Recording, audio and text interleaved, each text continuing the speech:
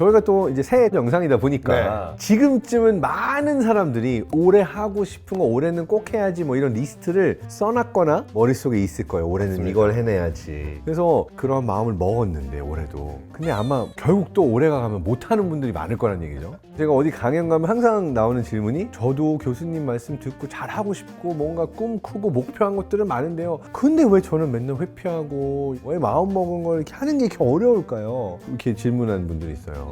어떻게 하면 내가 목표한 바를, 나의 야망을, 나의 꿈을 좀 더 잘 이룰 수 있을까요? 질문 자체는 단순하지만 목표한 게 있는데 안 된다. 안 되는 원인에는 굉장히 다양한 것 같아요. 몇 가지 나오는 것들은 그게 진정 너가 하고 싶은 거야? 내적 동기냐 그게? 아니면 그걸 하면 엄마가 좋아해서 하는 거냐? 아니면 돈을 많이 벌 수 있다고 그래서 하는 거냐? 결국은 왜 그걸 하고 싶은지가 정리가 안 된 상태에서, 그러니까 내적 동기가 없으면 기름이 거의 없는 자동차라고 생각을 해서 오래 갈 수가 없고, 그거는. 근데 만약에 근데 자기가 진짜 하고 싶은 게 있다면은 내적 동기가 충분한데 잘 안 된다 그러면, 예를 들어서 마라톤으로 42.195를 뛰기는 그냥 5km도 뛰어본 적이 없어요. 근데 이제 자기는 계속해서 마라톤 완주를 목표로 대회에 등록하고 나가가지고 한 2.5km 뛰다가 죽을 것 같아. 그러면 못 뛰겠다. 아, 나는 안 되나 봐. 막 예를 들어 5km를 몸에 붙여가지고 훈련이 되면 그 다음에 10km로 되고, 이렇게 단계 쪼개서 접근을 해야 되는데 너무 큰 목표를 한 번에 하려고 그러니까 중간에 계속 엎어지겠죠. 그런 것들이 몇 가지 항상 나오는 것들이 있는데, 요즘 이제 청소년들이나 젊은 사람들은 특히나 물어보면 하고 싶은 게 뭔지 잘 모르겠다고 대답하는 사람들이 꽤 있더라고요. 이게 이제 약간은 이제 우리나라 교육하고도 좀 연관이 있는 것 같은데, 시험 공부를 하거나 뭘 하거나 앞으로 푸시하는 힘이 외부에서 오기 때문에 하는, 제가 아는 음악을 하신 분들도 좋은 음대에 들어가기 진짜 경쟁이 세거든요. 근데 이분들이 잘 보니까 다 그런 건 아니지만 그분 중에는 음대에 딱 와가지고 내가 왜 피아노를 치고 있지? 갑자기 그런 생각이 드시는 분들이 있는 분들은 얘기를 제가 한번 들었는데, 어릴 때는 너무 이렇게 잘 치니까 사람들이 막 박수를 쳐주고 야 너무 잘한다 너 막 이러니까 그게 너무 듣기 좋은 거예요. 그래서 중학교 때까지 그렇게 치다가 고등학교 때는 그걸 해야지 대학에 갈 수 있다 그러니까 막 입시곡 연습하고 그러다가, 근데 정작 음악을 왜 하는지는 한 번도 생각해 본 적이 없는 그런 상태가 되면, 딱 대학교에 들어오면 내가 왜 음악을 하고 있지?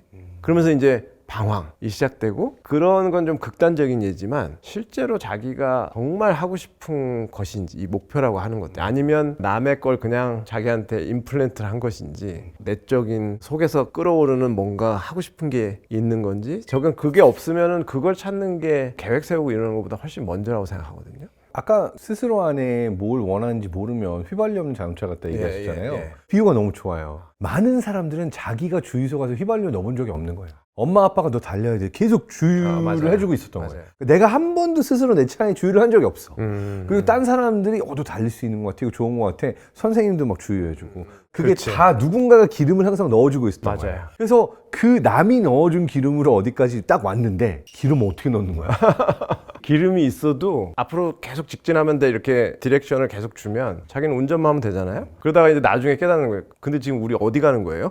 이렇게 물어보는 거하고 약간 비슷한 것 같아요. 야망이라는 게 정말 너가 하고 싶어서 하는 거냐, 아니면 예를 들어 그걸 하면 사람들이 막 우러러보기 때문에 하는 거냐. 외부에서 그거를 해야 되는 동기가 온다 그러면 그건 정말 자기가 하고 싶은 건 아닐 거예요. 그리고 요즘에는 과학자가 뭐 대학에 교수라도 하려고 그러면 네이처니 사이언스니 뭐 이런데 페이퍼 없으면은 안 된다고 그래서 뭐 학생들한테 과학을 하는데 뭐 목표가 뭐냐고 그러면 뭐 네이처에 퍼블리시하는 게 목표래요. 그게 어떻게 목표가 될 수 있냐. 근데요, 제가 박사과정 하면서 많이 봐왔던 학생들의 대표적인 케이스가 뭔지 아세요? 뭐예요? 나는 네이처 사이언스 같은 낼 만한 연구 아니면은 논문 안 내. 위험합니다. 크고 좋은 데만 논문 내지, 내가 한 이 좋은 아이디어와 연구를 조그만 임팩트 팩터 어디 못 내. 얘네들이 제일 먼저 박사 중퇴해요. 제가 예전에 어디 과학 커뮤니티에서 워크숍을 갔는데 거기서 뭐 동강에서 래프팅을 하는데 거기 무슨 바위에 이렇게 손을 이렇게 하고 뭐 소원을 빌면 이루어진다고 관광하시는 분이 뭐 그런 거 개발했겠죠, 스토리를. 그때 학생들이 전부 다 손을 이렇게 하고 네이처 이러더라고요. 저는 그거 보고 되게 쇼킹했어요. 근데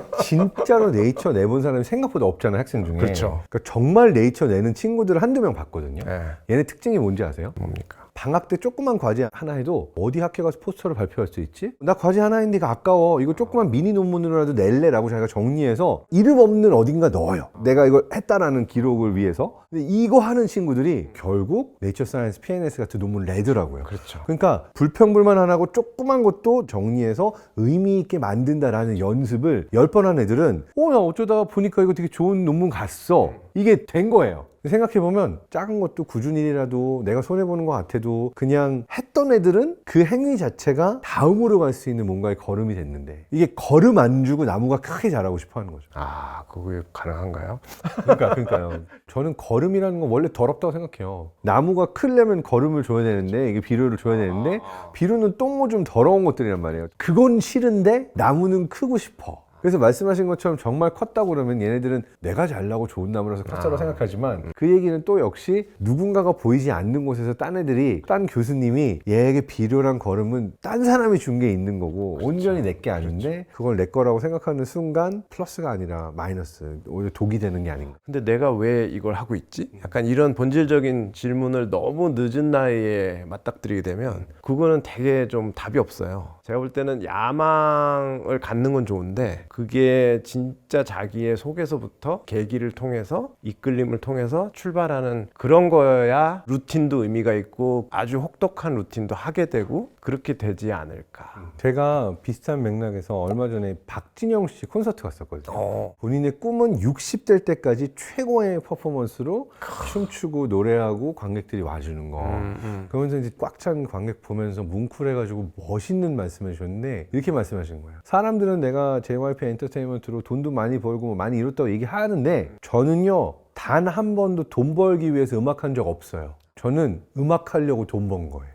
이게 명확하더라고요. 너무 멋있는 말이었어요. 그러니까 내가 과학을 한다라는 거는 그 과학의 탐구를 위해 하는 거지 좋은 네이처 사이언스 논문을 위해 하는 게 아니잖아요. 그거 약간 그 말하고 비슷한데, 그러니까 산에 왜 오르십니까? 그러니까 산이 있으니까 오른다. 산을 올라가는 게 좋아서 그 사람은 산을 타는 건데 네. 밖에서 보는 사람들은 정상에 가서 뭐가 좋냐 뭐 이런 대답을 기대하는 것 같아. 산악인이 뭐 히말라야 어디 정복하고 그 막 이게 막 트로피 달고 이런 게 좋아 보여서 하는 사람은 없을걸요. 생명하고 바꾸는 건데, 그러니까 그냥 산이 좋아서 하다 보니까 점점점 이제 높은 산에 또 올라가고 싶고 그런 야망이랑 게 생기는 거지. 에베레스트 올라가면 기자들이 나한테 인터뷰도 해주고 사진도 찍어주고 그렇기 때문에 올라간다, 그렇게 생각하는 사람은 정신이 이상한 사람이잖아요. 근데 그 맛을 자주 보다 보면 거기에 중독되는 분들이 계시긴 하죠. 내 야망을 테스트하는 가장 좋은 방법은 그 야망을 위해서 어떤 고통까지 감수할 수 있는가. 자기가 너무 끌려가지고 저거 정말 하고 싶다, 누가 시켜서 그런 것도 아니고 그런 거는 고통이 있어도 막 다치는지도 모르고 하게 되는 거 같아요. 그렇죠. 겉에서 보면 야 저걸 다 감내하는구나 이렇게 보이지만 감내하는 게 아니고 못 느끼게 되는 약간 자기 최면 같은 게, 그렇게 계속 추구할 수 있는, 생애 끝까지 추구할 수 있는 뭔가를 발견하는 게 저는 인생의 제일 의미 있는 장면이라고 생각하거든요. 제가 그걸 발견했던 순간이 언제냐, 박사과정 하고 있는데 네. 가끔 무대에 서고 과학 논문 얘기하고 과학 얘기하는 걸 너무 좋아했어요. 이런 논문도 있어, 이런 논문도 있어 막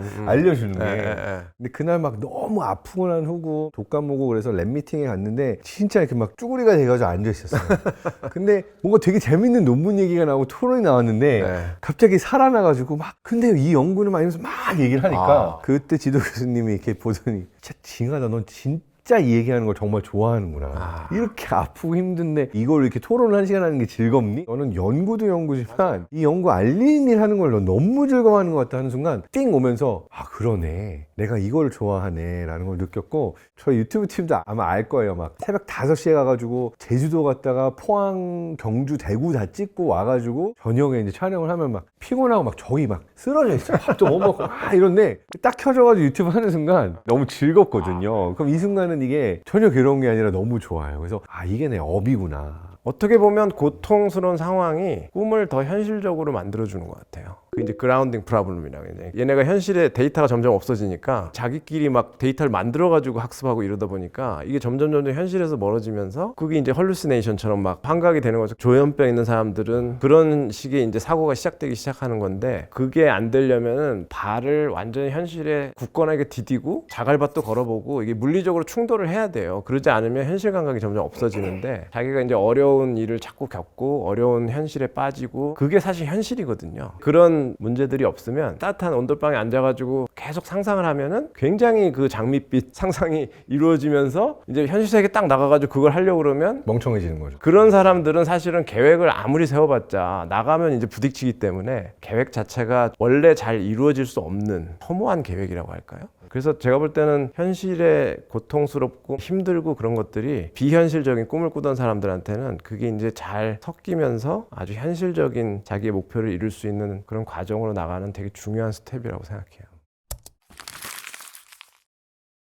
요즘 우리가 얘기하는 것 같은 고민들을 상담하시는 분들이 많아요. 댓글 같은 걸 보면 되게 뼈 때리는 얘기를 또 해주시는 분들이 있거든요. 그 중에 이런 댓글이 공감을 많이 받았는데, 어떤 직업군이건 내가 정말로 부딪혀서 뭔가를 해보기보다는 가능성이 있는 상태를 유지하고 싶어서 실제로 도전해서 그게 되는 것까지는 안 가는 사람들이 많다는 거예요. 왜냐하면 더 갔다가 내가 못하는 게 뽀록 나가지고 상처받으면 괴로우니까 꿈꾸는 상태 안에 나를 가둬 놓고 그게 일종의 인생의 변명처럼 돼버리는 거죠. 이런 케이스가 되게 많다고 하는데, 교수님도 이런 케이스를 좀 보셨나요? 요즘에 학생들 중에 저런 학생들이 꽤 있어요. 딱 두 가지만 점검하면 될 것 같은데, 첫 번째는 꿈이 정말 너의 꿈이냐. 성장 과정에서 어떤 계기에 의해서 자연스럽게 꿈이 탑재돼야 되는데, 이게 누구 걸 보니까 저거 멋있다, 저거 해야 되겠다. 또 이거 보면 이거 멋있다, 저거 해야 되겠다. 그런 걸 좀 분석해 볼 필요가 있고, 근데 이제 자기만의 꿈인데도 불구하고 시도를 안 하는 거는 앵자이어티, 불안이 되게 높은 사람들이 있어요. 특히나 이제 어렸을 때 뭔가를 시도했는데 부모님이나 선생님이 너무 심하게 질책하는 경우.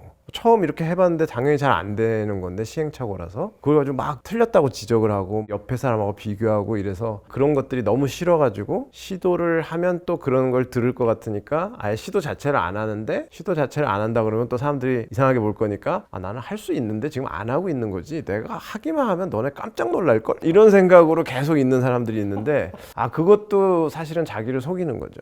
그래서 그런 분들한테도 저는 항상 하는 얘기가 물리적 세계와 충돌을 해봐야 돼요. 그게 되게 중요합니다. 그러니까 어린아이들 같은 경우는 물리적 세계를 아직은 잘 모르는 애들 보면은 슈퍼맨 같은 영화 보고 뛰어내려가지고 막 다리 기부싸고 다니는 이런 애들 있어요. 그런 애들은 다시는 거기서 뛰어내리지 않아요. 왜냐하면 물리적 세계에서 뛰어내려 보니까 너무 아픈 거, 영화하고 다르다. 물리적인 세계라는 거는 내가 상상하는 거하고 좀 다르구나. 그래서 자기가 생각하는 거하고 실제 세상은 딱 부딪혀 보면은 이게 저항이 있다. 그리고 그거를 뚫고 나가지 않으면은 절대 아무것도 할 수 없다는 거를 느껴야 됩니다. 그리고 그거를 주변에서 되게 응원을 해줘야 돼요. 자꾸 조그만 목표를 가지고 부딪혀야 되는데, 그 부딪히는 것 자체를 자꾸 뭐라 그러는 환경이거나 부딪혀본 경험이 별로 없거나, 그래서 제 생각에는 목표를 일단 작게 세우고 그냥 부딪히는 거예요. 유일한 해결책이 아닌가 싶어요. 저는 이게 새가 알을 깨고 나오는 과정이 되게 좋은 비유인 것 같은데, 아마 아기 새는 이렇게 생각할 거예요. 톡 쪼면은 빵 깨져가지고 내가 나오겠지. 근데 사실상 아마 아기 새가 알에서 나오려면 아마 수백 번을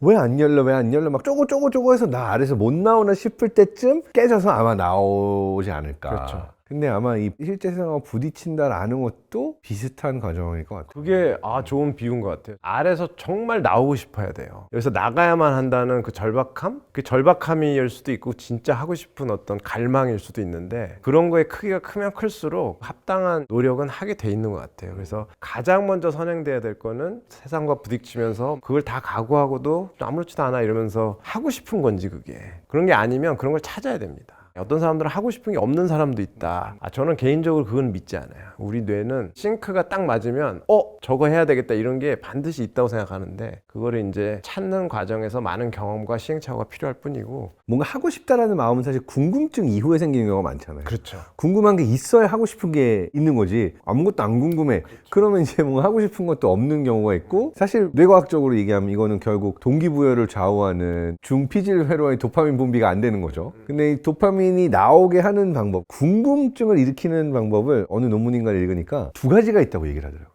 첫 번째는 결핍에 의한 궁금증이고, 그러니까 내가 모른다는 거 알았어, 내게 이게 없다는 거 알았어, 그럼 어디 있는데 어떻게 해야 내 이걸 아는데 라고 이제 결핍을 느끼는 순간 궁금증이 나오는 게 있고, 두 번째가 되게 재밌었어요. 두 번째 궁금증의 종류는 꼬리에 꼬리를 무는 궁금증이래요. 그러니까 내가 한번 궁금증이 있어봐야 거기에 꼬리를 물고 또 다른 궁금증이, 또 도파민이 나오면서 동기부여가 되면서 궁금해지고, 그래서 이걸 알게 되면은 궁금한 게 더 많이 생기고, 이거를 따라서 가다 보면 나 이게 하고 싶었네, 이렇게 찾아가게 되는 건데, 근데 제가 볼 때 이제 여기서 되게 중요한 건 그 꼬리에 꼬리를 무는 궁금증 상태까지 가야 되는 것 같아요. 그렇죠. 그러니까 내가 아무 경험도 안 하고 가능성만 있는 상태가 좋아. 바깥 세상 무서워. 안 나가. 그럼 여기서는 꼬리에 꼬리를 무는 궁금증이 생길 리가 없으니까 내가 뭘 하고 싶은지, 정말 이게 내 건지 알 수가 없는 상태인 거죠. 그게 이제 학습이 중단되는 사태까지 가기 때문에 저는 그건 되게 위험한 거고, 제가 어떤 여행 프로를 보니까 나이 드신 노인분이 여행하면서 그분은 세상에 어디를 가건 다 처음 가보는 데인데 신기하지 않으시더라고요. 이탈리아 어디 가면 여기 어디 그 세운상가하고 비슷하구만.